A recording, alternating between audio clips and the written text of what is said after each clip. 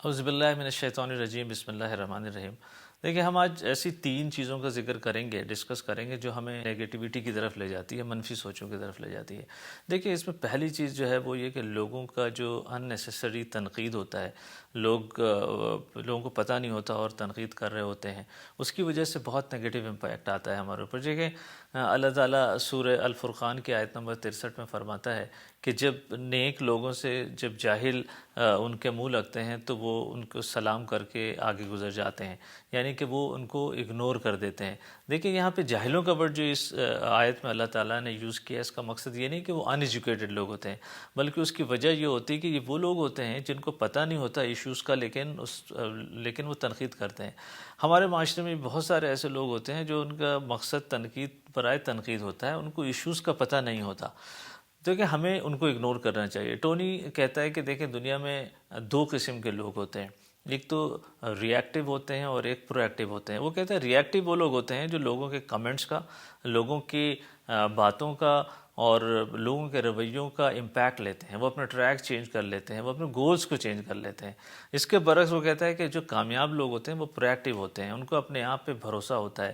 وہ ایسے لوگوں کا جن کو ایشوز کا پتہ نہیں ہوتا، یا جس صرف تنقید کے لیے تنقید کر رہے تو ان کا کوئی اثر نہیں لیتے، they continue on their track, وہ اپنے گولز کی طرف چلتے رہتے ہیں۔ دیکھیں، اگر ہمیں کامیاب ہونا ہے تو ہمیں یہ سوچنا چھوڑنا پڑے گا کہ لوگ کیا سوچتے ہیں، لوگ کیا سمجھتے ہیں، لوگ کیا سمجھیں گے۔ دیکھیں، ڈیوڈ شوارز کہتا ہے کہ جو لوگ کامیاب ہوتے ہیں، 2 سے 3% لوگ ہوتے ہیں دنیا میں جو کامیاب ہوتے ہیں، ان کی ایک بہت بڑی کوالٹی ہوتی ہے کہ انہوں نے نیگیٹو لوگوں کو اور نیگیٹو کمنٹس کو نظر انداز کرنا سیکھ لیا ہوتا ہے۔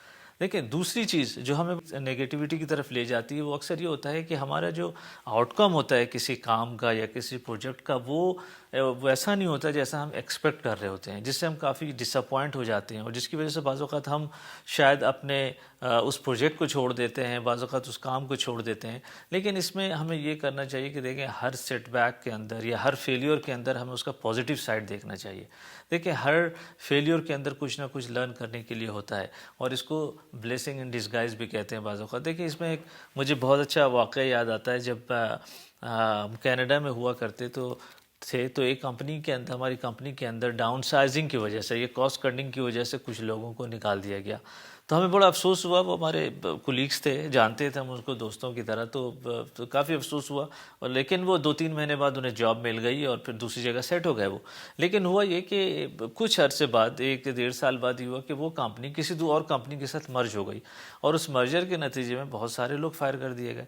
تو مجھے اس وقت خیال آیا کہ یار، وہ لوگ جنہیں ڈاؤن سائزنگ کی وجہ سے نکالا گیا تھا، اب وہ اچھی طرح سیٹ ہو چکے ہیں، اور اب جو لوگ نکالے گئے ہیں بہت بڑی تعداد میں ہے، اور ان کو جاب ڈھونڈنے میں کافی دشواری ہوگی۔ تو ایک طرح سے وہ لوگ جو پہلے نکالے گئے تھے، یہ ان کے لیے ایک بلیسنگ ان ڈسگائز تھی، یا ان کے لیے اچھا ہوا کہ وہ پہلے فارغ کر دیے گئے اور اب وہ اپنی اپنی جگہوں پہ سیٹ ہو چکے تھے۔ دیکھیں، اب پازیٹیو رہنے کے حوالے سے تیسری چیز جو میں ڈسکس کرنا چاہوں گا وہ ہے شکر گزاری۔ دیکھیں، ہم ان چیزوں کے بارے میں سوچ کر احساس محرومی کا شکار ہوتے ہیں جو ہمارے پاس نہیں ہیں، لیکن جو اللہ تعالیٰ نے ہمیں دی ہوتی ہیں بہت ساری نعمتیں، ہم اس کو نہیں دیکھتے اور اس کا احساس نہیں کرتے۔ جیسے اللہ تعالیٰ نے صحت دی ہوئی، والدین دیے ہیں، فیملی دیے ہیں، قابلیت دی ہے، نوکری دی ہے۔ دیکھیں، کتنے لوگ ہیں جو بیمار ہیں، ہاسپٹلز بھرے ہوئے ہیں۔ دیکھیں، کتنے لوگ مینٹل ہاسپٹل جائیں، وہ مینٹل ہاسپٹلز بھرے ہوئے ہیں۔ کتنے لوگ ہیں جو ڈپینڈنٹ ہیں دوسروں کے اوپر، کتنے لوگ ہیں، بے شمار لوگ ہیں جو پاورٹی لائن سے نیچے ہیں۔ دیکھیں، جب ہم شکر گزاری کو اپنی عادت بناتے ہیں نا، تو اس کے 2 فائدے ہوتے ہیں۔ ایک تو ہم پازیٹیوٹی کی طرف جاتے ہیں، ہم منفی سوچوں سے نکل آتے ہیں، پھر ہم منفی نہیں رہتے۔ اور دوسرا بہت بڑا جو فائدہ ہوتا ہے، اللہ رب العزت سورہ ابراہیم کی آیت نمبر 7 میں فرماتے ہیں، لَإِن شَكَرْتُمْ لَأَزِيدَنَّكُمْ، تم جتنا شکر کرو گے میں اتنا ہی زیادہ عطا کروں گا۔ تو ہم جس چیز کا شکر ادا کرتے ہیں، اللہ تعالیٰ اس میں اضافہ کرتا رہتا ہے۔ دیکھیں، اس سے متعلق اس سے جو بہت اچھی ایک سورت، قرآن کی سورہ جو کوٹ کی جاتی ہے اس بارے میں، سورہ دعا ہے۔ دیکھیں، یہ وہ وقت ہے جب حضور صلی اللہ علیہ وآلہ وسلم بہت مشکلات اور پریشانیوں کا شکار تھے۔ یہ ابتدائی مکی دور کی بات ہے، جب حضور صلی اللہ علیہ وآلہ وسلم پہ وحی کا نزول کچھ دنوں کے لیے رک گیا تھا، تقریباً 1 مہینے کے لیے، اور مشرکین حضور صلی اللہ علیہ وسلم کو بہت طعنے دے رہے تھے اور تنقید کر رہے تھے۔ حضور صلی اللہ علیہ وسلم بہت اضطراب کا شکار تھے، لیکن پھر اللہ رب العزت نے سورہ دوحہ نازل کی اور اس کے اندر اللہ تعالیٰ نے حضور صلی اللہ علیہ وسلم کو بہت خوشخبریاں سنائیں، اور اس سورہ کی جو آخری آیت ہے وہ ہے وَأَمَّا بِنِعْمَتِ رَبِّكَ فَحَدِّثْ، جس کا مطلب ہے کہ تم اپنے رب کی نعمتوں کا اظہار کرو۔ دیکھیں اللہ تعالیٰ کی نعمتوں کا، جو بھی اللہ تعالیٰ نے ہمیں دی ہوئی ہیں، اس کا اظہار کرنا ہمیں معمول بنانا چاہیے۔ دیکھیں یہ بہت امپورٹنٹ ہے شکر گزاری کے لیے، اور ہمیں ہمیشہ پازیٹیو رکھنے کے لیے۔ وآخر دعوانا ان الحمد للہ رب العالمین۔